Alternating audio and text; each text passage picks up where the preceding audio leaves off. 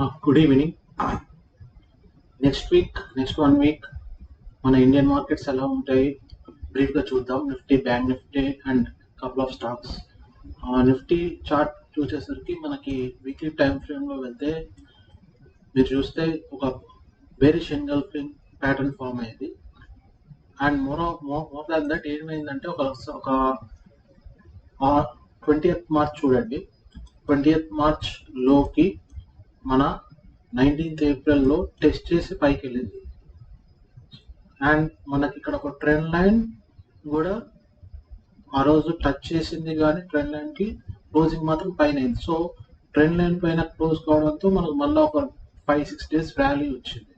కానీ రీసెంట్గా మనకి ఫ్రైడే జరిగిన market session closing trend line పై వెళ్ళాలని ట్రై చేసింది, బట్ ఫెయిల్ అయ్యి ట్రెండ్ లైన్ కిందనే క్లోజ్ అయింది. సో దిస్ ఇండికేట్స్ వీక్నెస్ అన్నమాట. నౌ మనకి ఇమ్మీడియట్ సపోర్ట్ లెవెల్స్ వచ్చేసి అరౌండ్ ప్రీవియస్ లో మనకి స్వింగ్ ఒక key level area around 21,800 zone అన్నమాట. ఇది మనకి ఈసారి బ్రేక్ అవుతుందేమో అని డౌట్ఫుల్ గా ఉంది. సో ఇది బ్రేక్ అయితే మనకు ఒక 700 పాయింట్స్ టిప్ వచ్చే అవకాశం ఉంది, 21,200 అన్నమాట. మనకి ఒకసారి వాల్యూమ్స్ కూడా చూసుకుంటే ఈ లో నుంచి ఈ లో వాల్యూమ్ చూడండి, వాల్యూమ్ కూడా మనకు తగ్గిపోతుంది అన్నమాట. అంటే మార్కెట్లో కొంచెం యాక్టివ్ బయింగ్ అనేది తగ్గింది. మార్కెట్ పైకి వెళ్ళింది, వాల్యూమ్ కిందికి వచ్చింది. సో మార్కెట్ ప్రతిసారి కిందికి వచ్చింది, పైకి అగ్రెసివ్గా తీసుకుపోలేదు మార్కెట్ పార్టిసిపెంట్స్. ఈక్వల్గా అయినా ఉంది, లేకుంటే కొద్దిగా లోగానే ఉంది, కానీ పైకి వెళ్ళట్లేదు. So this indicates some level of weakness అన్నమాట. సో ఇప్పుడు మనకి చార్ట్లో చూస్తే ఇమ్మీడియట్ 2 లెవెల్స్ వచ్చేసి ఇవి. సో నేను నెక్స్ట్ నా ఎక్స్పెక్టేషన్ ఏంటంటే నెక్స్ట్ 2 డేస్ హెవీ బయింగ్ రాకుంటే ఈ జోన్ మేబీ అది సపోర్ట్ ఇవ్వకపోవచ్చు. సో అప్పుడు మనం ఒక 500 పాయింట్ ఫాల్ చూస్తాం. This is a good support zone. So by చేయొచ్చు. కాకపోతే నిఫ్టీ హోల్డ్ చేస్తుందా లేదా అనేది మనకి హెవీ వెయిట్ స్టాక్స్ లాంటి రిలయన్స్, హెచ్డిఎఫ్సి మీద ఆధారపడింది ఒకసారి. కాకపోతే ట్రెండ్ లైన్ కింద క్లోజ్ కావడంతో నా outlook is bearish for now. Okay, now bank Nifty చూస్తే మనకు సేమ్ వీక్లీ టైం ఫ్రేమ్ ఒకసారి చూద్దాము. Again bearish engulfing candle form అయింది, బేరిష్ ప్యాటర్న్.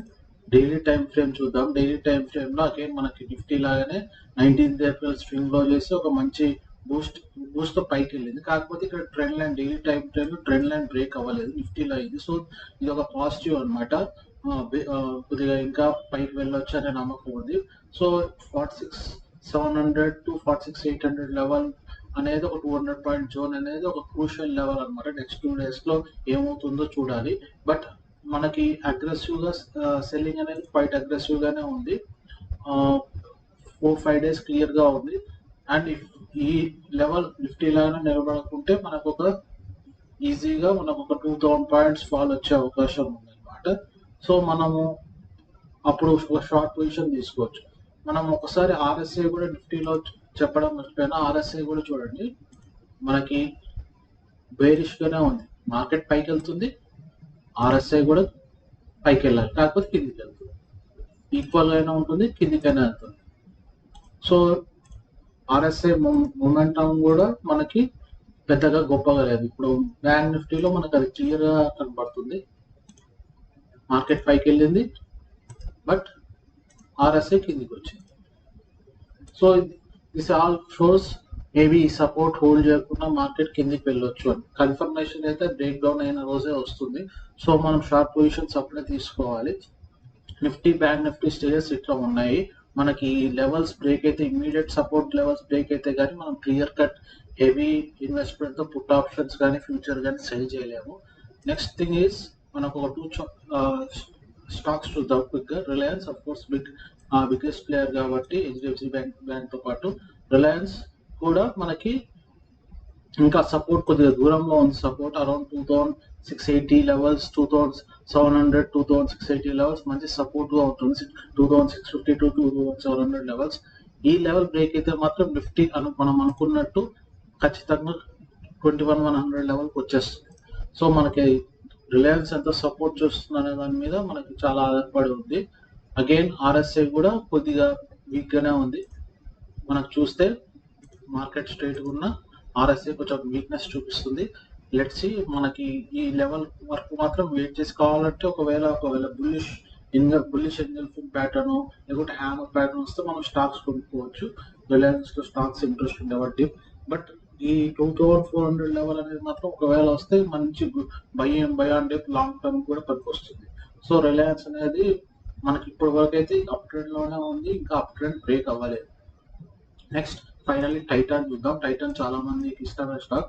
నేను 2 టైమ్ ఫ్రేమ్స్ లో నేను సపోర్ట్ తీసాను, వీక్లీ అండ్ డైలీ. చాలా మంది లాంగ్ టర్మ్ కి కొని పెట్టుకోవడానికి ఇష్టపడుతుంటారు. సో మన డైలీ టైమ్ ఫ్రేమ్ సపోర్ట్ లెవెల్కి వచ్చింది. బట్ స్టాక్ ఇది still above key level area, మనకు కీ లెవెల్ ఏరియాస్ పైన ఉన్నాం. So it's bullish. కాకపోతే మనకు RSI చూస్తే బేరిష్ డైవర్జెన్స్ ఉంది. మనకి హెవీ సెల్లింగ్ వచ్చింది చూడండి. వాల్యూమ్ క్యాండిల్ చూడండి, మిగతా వాల్యూమ్ క్యాండిల్స్ ఎలా ఉన్నాయి, ఈ వాల్యూమ్ క్యాండిల్ చూడండి. సో బేర్స్ ప్రెసెన్స్ చాలా ఉందని క్లియర్ గా అర్థమవుతుంది. సో వీళ్ళ ప్రెసెన్స్ మరి ఈ సపోర్ట్ లెవెల్స్ హోల్డ్ చేస్తారా లేదా అనేది మనకు ఒకవేళ టచ్ చేశాక ఒకవేళ బులిష్ మొమెంటం RSI లో ఫామ్ అయితే bullish divergence oversold reason already ఉంది కాబట్టి మనం బై చేసుకోవచ్చు. బై డిప్స్ అరౌండ్ 3000 లెవెల్స్ అలాంటి చోట. సో వెయిట్ ఫర్ 3000 లెవెల్స్ అలాంటి చోట బైయింగ్ ఆపర్చునిటీగా హ్యామర్ ఒక బులిష్ ఎంగల్ఫింగ్ వస్తే బై చేయొచ్చు. సో దీస్ ఆర్ ద మనం అనుకుంటున్నాం. But let's see next 1 or 2 weeks are crucial. మనకి ఎలక్షన్స్ ఉన్నాయి కాబట్టి వోల్టాలిటీ కూడా ఉంటుంది. Nifty, bank Nifty and top stocks లో ఏమవుతుందో నేను ఏదైనా ఉంటే అప్డేట్ చేస్తాను. Thank you very much.